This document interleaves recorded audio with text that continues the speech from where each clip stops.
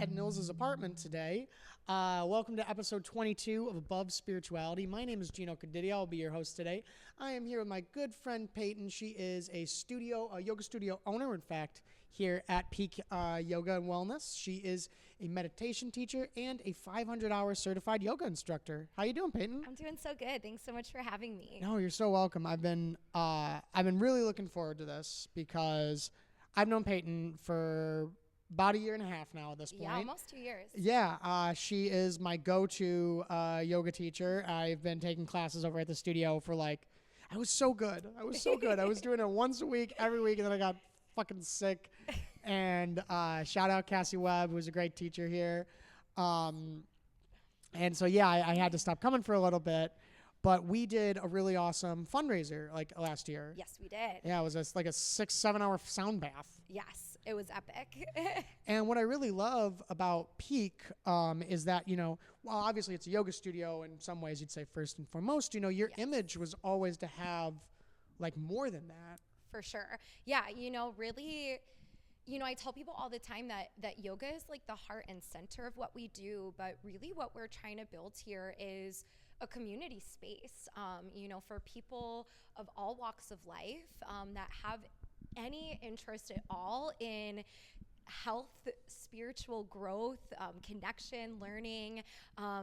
There's so much to yoga beyond just the physical practice that most people think of in the Western world when they think of yoga. So really trying to become a hub where people can learn all these different aspects of really wellness, so that they can have a community to support them on the journey, as well as find the practices and services and whatnot that really work for them, because everyone is unique. All our paths are unique. So really becoming that place where people can kind of taste test spirituality and find what resonates. I'm just laughing a little bit because I'm thinking about, I think it was a month or two ago, this is literally down the street from my house. I walked from here from my apartment, and, Payton texts me like 5-6 o'clock at night on a Friday. She's like, "Are you doing anything? You want to come hang out? We're having a community night." And I was like, "Sure." And I come over and it was the only boy, and it's all these yoga teachers. It's so funny because I invited you because I thought one of our male clients was going to be here, and I didn't want him to be the only male. Oh, so I'm just second fiddle. Oh, that's what it fucking was. No, I wanted mainly I was okay, there's going to only be one dude here. Yeah. I know the balance of masculine and feminine is going to be a little teetered, and then it ended up just being you. But I'm Gino is the perfect space holder for a bunch of yogi women. Oh no, I get to hang out with a bunch of girls. Oh no, terrible. Yeah, right, whatever. But it really was so nice. I mean, we had Cassie doing, she was doing Reiki. What's the other instructor's name who makes those really cool Yumiko. Yeah, Yumiko was instructor. she was making knotted crafts for yoga holder, your yoga mat holders, and water bottle holders and stuff. And then there was food. Yeah. I still have some of that cheese. Oh my gosh. I literally still have the cheese. Funny. But today, it's really fitting what you were saying about what your mission was here, because we were going to talk about, I think what we were saying was yoga, the body, and spirituality, because it's this weird thing with hatha yoga, because you could probably tell me the breakdown more, but I think a lot of people do hatha yoga in America and don't even know what the word hatha is. Oh, for sure. Yeah, it's just a form of exercise. Yes. And frankly, that's a fine way to enjoy yoga if you want. I mean, absolutely. Yeah, it's fun, it's relaxing, it's good for your body. And then a lot of other people, they use it as a way to get in touch with the spiritual self and stuff. What do you think the breakdown of people in the studio, customers or friends? Yeah, I think most people in, today's Western society come to yoga first for the physical aspect. It's really why I found yoga. Yeah, I tell people all the time, I was a super lazy kid growing up. I hated movement. I was so disconnected from my body that, the first reason I took a yoga class was to find a way to, move my body. But then I learned how much more there was to it, and it really evolved to become my lifestyle. So I think, at our studio especially, for the most part, people are coming for that, looking for that physical movement, maybe looking for a stress relief. But they get these little tidbits, even in classes, even if they're coming to that physical yoga class, we're going to do some breath work. We're going to do even a minute of seated meditation. Our instructors are going to share these, beautiful teachings and offerings and these little nuggets of mindfulness that is what draws people back again and again, because those little pieces of deeper knowledge that they're getting in the classes are what are going to end up affecting their lives away from the mat. I mean, the body's going to feel good. It's going to feel stronger, more flexible, more supportive. But when they realize they're going through the chaos of day-to-day life, and they're not so wrapped up in their mind, and they're not so stressed, and the body's not holding so much tension, that's when they start being like, okay, how much deeper can we start to take this? Yeah, I don't think this will be too surprising to anyone in our audience, because I'm sure a lot of people have experienced yoga. But it's I always just love, how a teacher will calmly be they'll encourage you to do an affirmation or to connect with the heart or to give gratitude to the body. And it's just so different than what a non super woo woo spiritual person was regularly doing. Right. Yeah. And even for those people who are just connecting to the body and stuff and just doing exercise, it's got to be so good for their spirits, because a lot of these people are working adults in their early 20s, or they're family people. Yeah. And they got a lot going on. You think sure. think your classic mom who does yoga just to have her mom time. Exactly. Her me time. Exactly. Because you do a lot, Yeah. Now tell me, I think you've shared before, but what was your journey of where did you study for your 200 and 500 hour? What was it like? Yeah. So I was so lucky. I found a studio out in the St. Charles area called Power Moves Yoga, ran by a husband and wife who are the epitome of living their yoga. They eat, breathe everything yoga. And they do stuff here from time to time too. Yeah. So I did my 200 hour as well as just completed my 500 hour with them. Yeah. So exciting. So yeah, they gosh, I'm where do I even go down this rabbit hole? It's so deep. They helped foster me, first from this just, 20-year-old girl who's I like to do yoga and I want to teach it, and I don't want to work behind a desk. Yeah. They fostered me from that, into really becoming who I am and evolving into a studio owner. And they are really the people that showed me how much deeper yoga goes beyond just the physical. And that is what really led me to wanting to create a space that dives into a lot of those aspects, the breath work, the meditation, the chakras, just yoga philosophy and how we apply it to everything in our lives. So yeah, they really are the ones that fostered my whole journey. I trained there, I taught there, opened here. They came and helped me lead our first yoga teacher training. You guys just finished that, right? We finished it a couple months ago, right? in November, at the end of November. Okay, so not it's just been a little finished. while, Yeah. but was just so cool to have them by my side as we, start to build what training instructors looks like here at Peak. And I think I told you. Did I ever tell you I almost finished a 200-hour training for a teacher? Did you? Yeah, it was right around the corner Was over that at the Himalayan yeah. Institute? Nice. Yeah.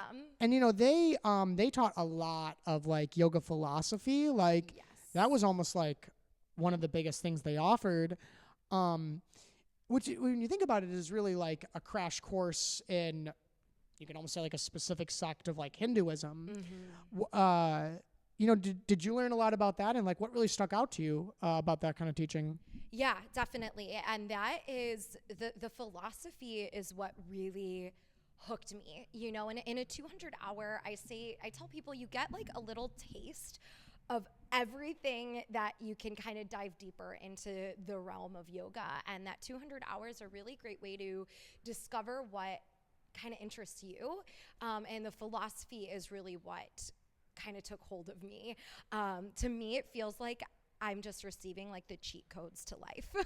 Yeah. You know, so one of the biggest philosophies I follow, which is really very common for modern yogis, is the Ashtanga, or the 8 limbs of yoga.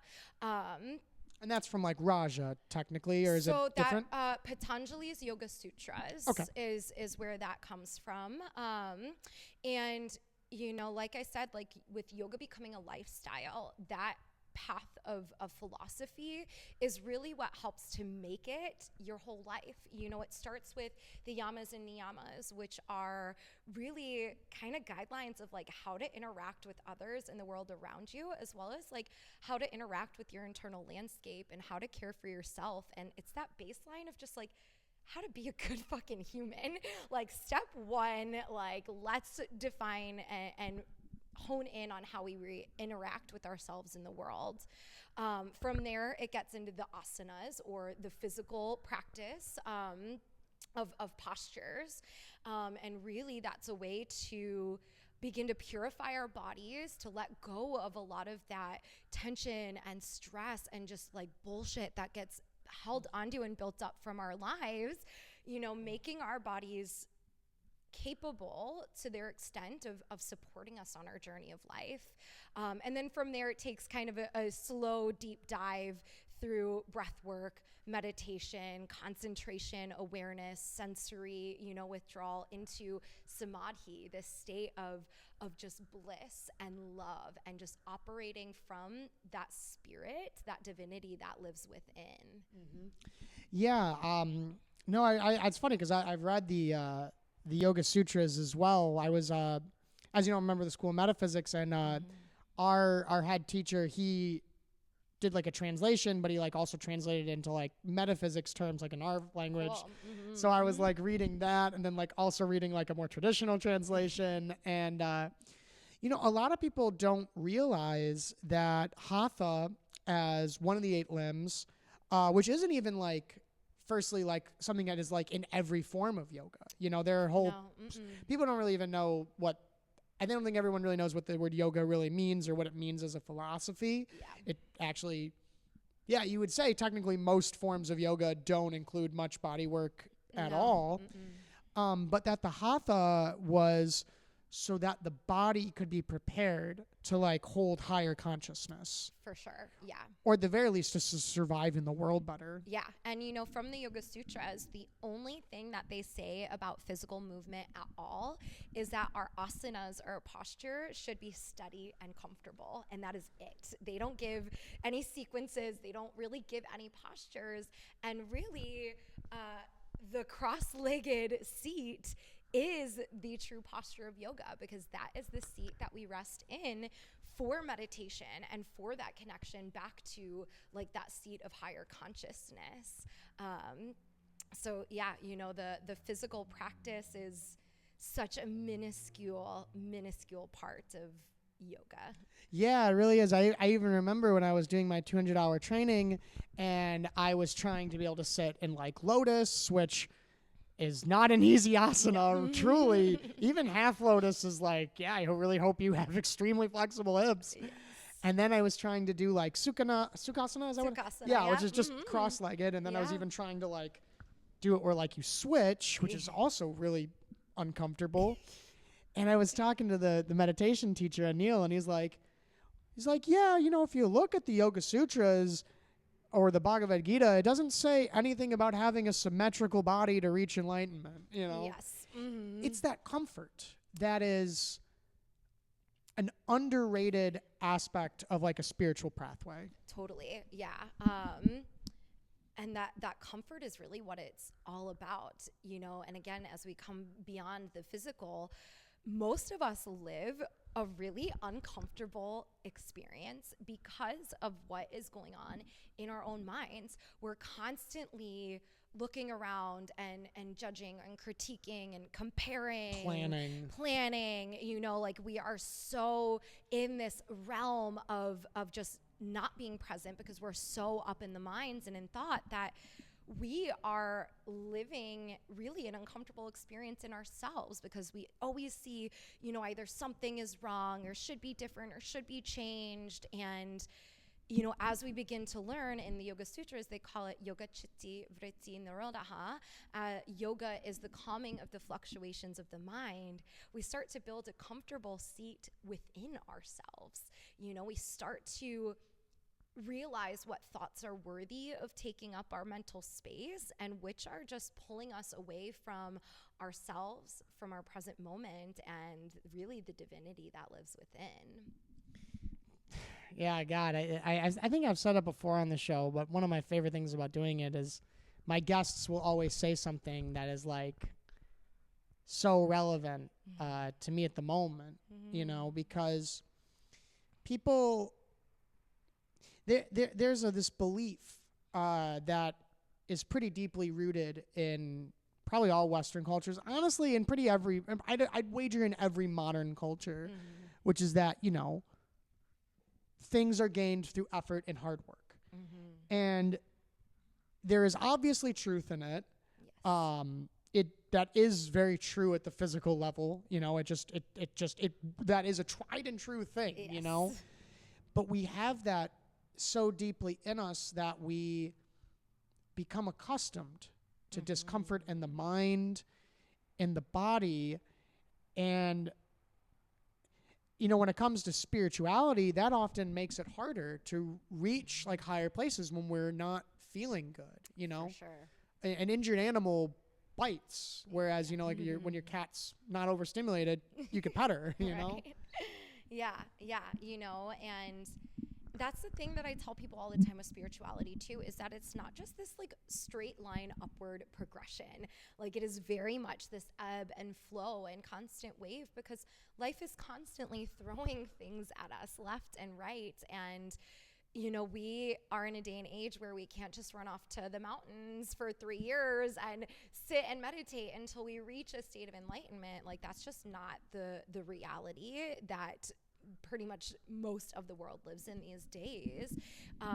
You know, so it's this constant re-meeting of ourselves again and again in every moment really, and being like, okay, what is it pulling me away from finding that comfort within, and is it really worth the energy that I'm giving away to it?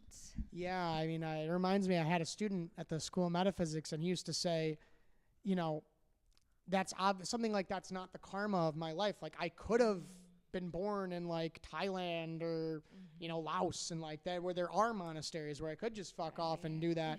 But this is America. Like that's not why I came here, obviously. Because, you know, there's a lot that can be gained out of, you know, even this life that has a rat race to it. Yeah. And I think one of the places of the American practice of yoga is to help us, you know, cope with, because in a lot of ways, you know, you think of like how go American and Western society is, there's probably a lot of opportunities spiritually for experiences, choices, Totally. the wave. Yeah. But I really think it comes back to there is a need to, you know, regulate and have some comfort, because, you know, I just, to my own self, I've been struggling with this thing. My fucking feet hurt because I stand up a lot, and clearly I'm doing something in my mind. Yeah. But today when I was at work, I just spent like a lot of time sitting, and like I was talking to a customer like after I finished all my tables, and it's crazy to me how much less tired and how much more hope I have right now. Because like a pain in the body and the mind, it truly drains us. For sure. Absolutely. And, you know, kind of bringing back to what you had just said there, you know, like modern day yoga classes, especially the ones we teach, you know, here at Peak, we're Love them. not you know, the spiritual enlightenment like isn't the goal. Like, I don't expect people are coming here after working all day, you know, getting ready to you know, step into divinity. But what, you know, really the practice of yoga is, whether you're practicing the physical breath work, meditation, or just reading spiritual texts, you know, whatever that practice is, really is a practice of self-regulation. You know, it's this time where we can turn off some of that noise of the world. We can turn off some of that excess noise of our own minds and be able to check in with ourselves and try and recognize what those signals of the body are telling us, and what are they saying to us, and how is my nervous system feeling right now? Am I needing to be brought up, or am I needing help coming down? And it's this chance to just meet ourselves in the moment and just realign even 10%, so we feel just even a smidge better as we head on to, you know, the rest of the night or the rest of the week. And you know, that understanding of, like you said, like something is going on in my foot. Yeah. It's probably connected to something in my mind, and just starting to understand how all of this is really interconnected, and just finding out how we can care for ourselves even in really small ways. So what do you think then is the role of the body in spirituality? This has been a topic we've been bringing up a lot on the show, so I'm loving getting like multiple perspectives on it. Yeah, so, you know, from really my perspective and the knowledge I have gained, to me, you know, I really see the body as like a storage house. You know, we all have, up to this point of our lives, different experiences, emotions, traumas, all these things that we hold on to. And that doesn't necessarily mean all bad things. You know, we can also really cling and hold on to super happy, ecstatic moments as well. But if we aren't letting these things pass through us and we hold on to them, that is when we start to get physical pains, you know, disease. All of these things can start to build from that accumulation. So the body is really our pathway towards spiritual freedom. You know, as we can start to recognize these different things that we're holding, and we can start to move and release them, and open the heart space to the moment, you know, that is really how, kind of that first layer to spirituality. It's what's going on in the body, what am I holding, and what can I release, especially limiting beliefs, thoughts, and opinions that are holding me back from being open to that growth. Yeah, I love that. You know, something, and something we've been talking about in the show a lot is that, you know, there are certain ideas floating around in modern spiritual thought that probably mostly come from Buddhism, where in a lot of ways you try to skip the body. And I'm sure for a lot of people that works. I tried it. It didn't really work. It wasn't really my thing. But I mean, you know, there's different paths up the mountain, which are probably better for other people. Yes. But I love how you were talking about it. It's like that the body really is the first step.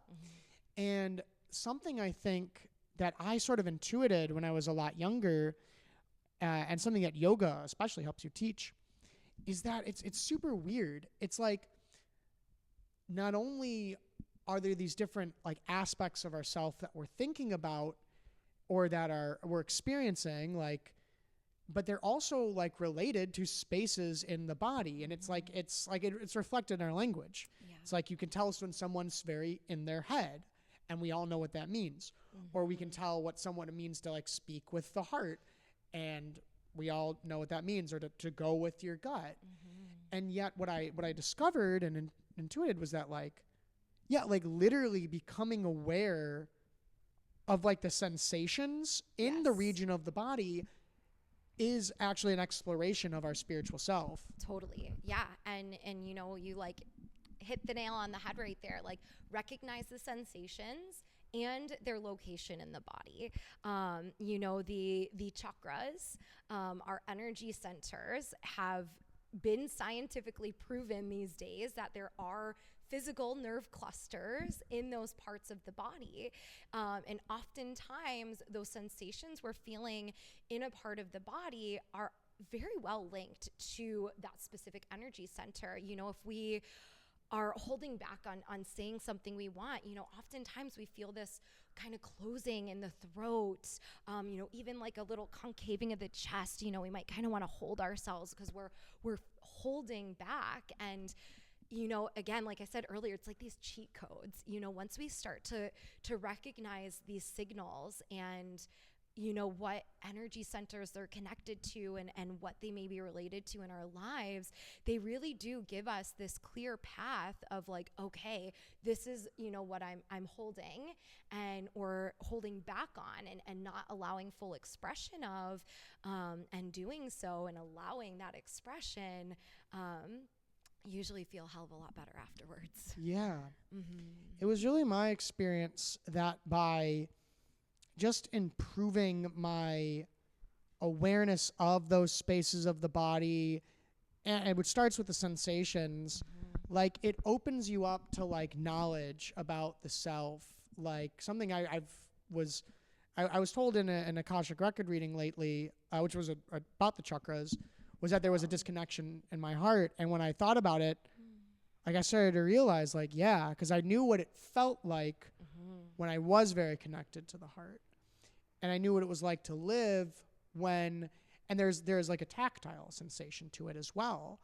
That's a little difficult to explain and is probably unique to the individual. Yeah. But as you just, and it's not something that you brain through. It's not like, oh, I mean, there are those practices where you put your attention there, you ask certain questions, you think in certain ways. But I found that a lot of it was more like tacit. Like just by having that connection, the thoughts and realizations sort of come to you. Yeah, absolutely. You know, I'm doing a lot of somatic training and the word we love on the channel. It's lovely on the Yeah. channel. And you know, so much of it is just that, is, you know, becoming aware of the sensations in the body and, you know, being able to be like, okay, you know, I feel that, you know, dropping in my stomach, and realizing like, okay, when I have that sensation, you know, there tends to be this specific type of thought or belief or emotion that is connected to that sensation. And once we start to kind of learn those signals, you know, we can more quickly kind of change that narrative rather than letting ourselves get lost down that thought. You know, I have a dropping in my stomach because, you know, I don't feel worthy, and, you know, the people I'm with right now, you know, or whatever the story is, we can start to catch those a lot quicker and kind of rewrite the narrative and not let ourselves get so lost down that path, and be able to be like, oh, hey, like my stomach just dropped. Like, I'm aware that this is how I'm feeling right now, but I'm also aware that I have the choice to not feel that way and to choose, you know, those higher vibrations, to go down more of a path of just being present and compassionate and loving. And I mean, and even going off that, it's like so many of our like our looping negative thinking is often almost like a thought that is tied to a specific feeling of the body that doesn't even have to do with what's actually going on in the mind. It's just like, it's almost like wired together. Exactly. And, you know, when I started realizing that, it was like, oh, so like this thought doesn't even fucking matter. Like, you know, this is just because like my stomach hurts. Yes. And then and that reminds me of what it feels like to feel nervous. And so I start interpreting what is a physical symptom as emotional nervousness.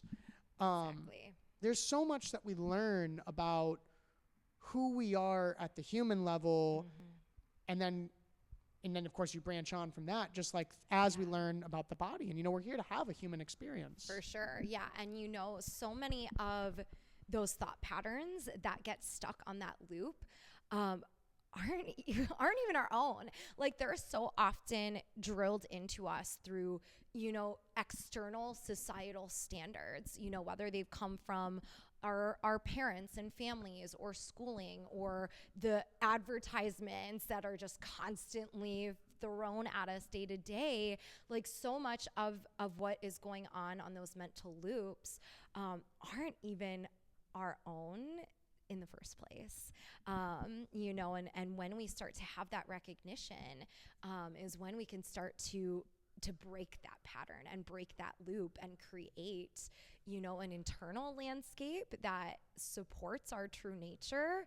And then doing that, it's going to then extend outwards, and we're going to be able to come into more of that open and accepting place for others. And it just ripples and ripples. I'm so glad that this conversation, you reminded me how much of like yoga teaching, like the true yoga teachings, at least, if you go to like Indian stuff, is about getting real with your thoughts and realizing that just as in a hatha yoga class where you cultivate your body, there is a need to cultivate your thoughts. And I think, speaking for my own self, because I've done that before and I know that's true, yet I find myself right now in this particular moment, these stressful situations in life, that I've been having difficulty not believing all of my thoughts. Sure. And I think that's what so many people, spiritual or otherwise, that's such a symptom of the human condition. We have thoughts, we believe them because I hear them in my voice. They come with the feeling of meaning. And like we were saying, I feel them in my body. And I think even like spiritual people, unless you're really, really disciplined, we tend to, everyone carries this belief that like I am the body. Like, when I say I, I'm talking about my body, frankly. Yes. Yeah. And I'm like, where do I want to go with this? Yeah, it's very much this undoing, really, we have all these human experiences so that we, that's what life's about, is experiencing. But what happens is our preferences start to come into play and we say, oh, well, I don't like that. I didn't like that. I do like that. And that's what starts to really build that deep connection and identity to the body, because we're like, well, my body felt really good when that happened and it didn't feel good even when you say I like that or I don't like, it's like Yes. my body felt good with this. My body did not feel good with this. My mental body felt good with this. Exactly. Yeah. And when we can start to let go of that like and dislike, or what they really refer to in yoga as attachment and aversions, we realize that all it really is we are here to experience, and we create our own suffering and our own disconnect by getting stuck in those loops and those preferences, instead of just allowing ourselves to just be here now, that simple saying.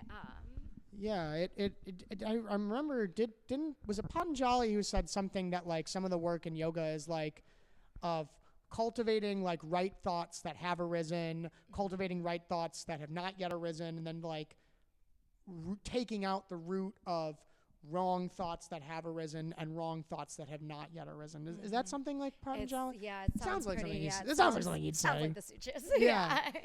and it's always Yeah. interesting how they knew to discuss thoughts as like sort of a plant-like nature.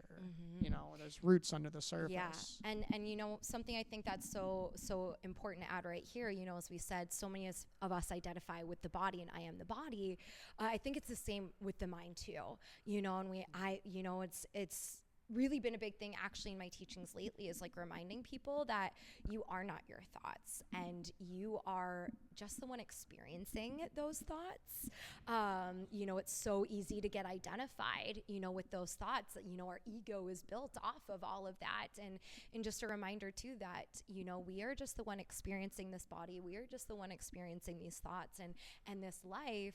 It doesn't always have to be so serious. Yeah. Well, as we wrap up, are we doing okay in time, Alexander? Okay. What are we at? Oh, we can go a little longer. Well, one thing I always like to ask people is like, one, is there anything else that, well, you know what, I'm going to hold off on that question. Okay. Just because it was something I was interested in. I really wanted to ask you, what has it been like? Because here you are, we're sitting in the business that you have built up from the ground up, really, and I hope it's doing well still. And I see the pictures. It's great. I love the classes here and everything.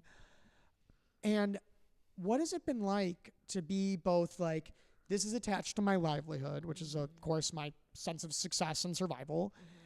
And then also, like you're providing this space and these services for people to go through all these experiences that we're talking about. What's it been like? You've been doing it like a year and a half now, right? Yeah.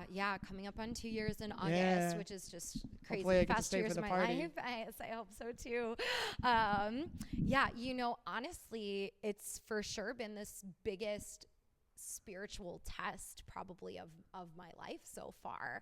I came into opening a yoga studio not as any sort of business background. It was purely from a passion for these practices and a desire to create more of a space that is open for people to come and connect and all these things we spoke about at the beginning.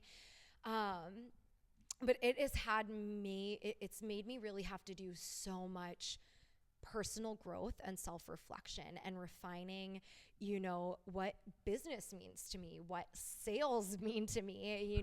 I came from a background, my dad is like the sales guru. He crushes it, and I am like so the opposite, but having to redefine that, like when you're selling something like, a specific product at a specific price is so different than something like this, where it's like a conversation and you're trying to meet people and be like, how can what I'm offering like serve your life the best? And it's so different from person to person. So it's been such a balance of learning how to be a businesswoman in, the Western world, while like staying true to my spiritual morals and beliefs, and like finding that middle ground of like, yes, this is my livelihood. So, I do need to put my foot down sometimes, and, people can't take advantage of what we're offering here. But making sure that I am able to service everyone that comes through the doors here in the way that they need it.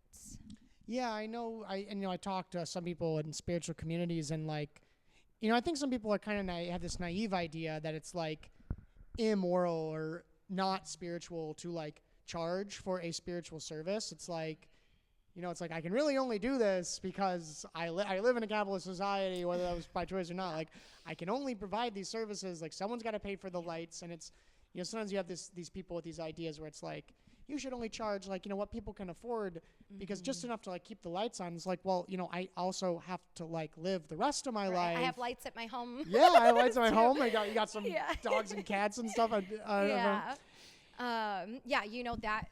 mindset for sure has been one that's been a big one to break through. And one of the things that I look at is when you travel back in time down the yoga line, these true yogis that did go off to the mountains and, reach that enlightenment, and then came back to the towns and the householders and taught them these teachings. Most of the time, it wasn't in exchange for money, but there was a form of energy exchange. They would house them. They would feed the yogis. They would clothe them. If they're in ashrams, people come there and they cook the food at the ashrams, and they clean the dishes, and they do all these things. There's always been some form of energy exchange. And in a capitalist society, the energy you have to exchange is money. Yeah. I was going to go to Payton's house and do the dishes. You can come do my dishes. I would love that. Go move Mike's, go clean Mike's stuff or something. Do Mike's laundry or something. Not saying trades aren't allowed, but it really is that, and that's how I view it now, is an energy exchange. So, if you had any advice for any women or men who have the same kind of passion as you, or they really love yoga, they don't want to work a normal job, like, would you have any advice for someone who's an aspiring yoga teacher, and beyond that, for someone who's an aspiring, like, I think I want to have my own studio and space? What would you advise them? Yeah, I think the biggest thing would be 100% go for it. But make sure, you know, that your I's are dotted and your T's are crossed. You know, we got extremely lucky with this space that we're open in because it was a yoga studio before us. You know, pretty much everything we needed to operate was already here. We didn't have a ton of upfront costs having to build out, you know, an entire space. So we got pretty lucky from the ground running, which not a lot of other people may have that experience. You know, Powell's keeping interest rates high for the time being. Yeah, you know, and yeah, just the cost of labor and products and everything is going to be something to really be focused on in these next few years here. You know, make sure you're entering it from a place that you can comfortably grow to a way that it can sustain you. Because as we're saying, like if you're going in and putting your all into a business, the expectation is that in return, that business is going to be able to support you and take care of your life. You know, so really being mindful and knowing that what you're putting in, you're willing to put in the work to get back. Because it's not a 9 to 5. I'm on call for my business 24/7. I mean, I'll be out at dinners on Friday nights and a client will be texting me some questions, or, you know, an email will come through, or my teacher the next day needs to be covered. Thing going? Yeah, you know, so you are always on, you know, and when you are the one owning the business. But that is something that I would not change for anything. I would, you know, I will take this over sitting behind a desk, working a few hours a week. You know, it is truly a work of passion, which means like when it comes calling, you respond. So then just as we wrap up, I always like to, I've been liking to ask one final question, which is if there's anything else that, you know, you want to say or that you want to speak from your heart, really in general on any topic, this is your time. If there's something else that you want to say to our audience. Awesome. Yeah, I would say really probably the biggest thing that comes to mind is if you don't have any form of a yoga practice in your life, shop around. Like every yoga studio and space like really has its own energy and its own offerings, and don't just try one and decide that yoga is not for you. Really give yourself the opportunity to try different places, or if you don't want to pay for a studio, different YouTube instructors. I mean, there's so many ways that you could get into it nowadays. What's her name? Yoga with Adrian. Shout out Adrian. Yeah. I'm thinking of Allie Bachrod, who I also love. yogaed with her in the tiniest little, you know, strip of living room in my tiny apartment. You know, I really started with her, but, you know, give yourself the chance to find what really resonates with you. And again, it doesn't have to just be the physical. Like it can be studying, you know, yoga philosophy. It can be breath work. It can be meditation. But know that you are deserving of the tools that this practice can bring you and can give you. And it can be a way to create a life that is happy and fulfilling and sustainable, that you could enjoy everything. And that's the biggest thing. Enjoy it. Enjoy your life. Have fun. Smile often. Don't let it always be so serious.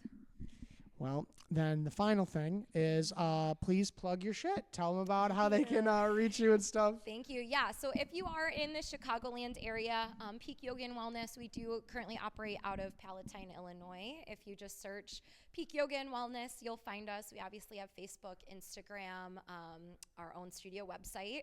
We do offer 2 weeks of unlimited classes for $39 to anyone who's not been to our space, so that you could come and, like I said, get that taste test and make sure we really are a right fit for where you're at on your own journey.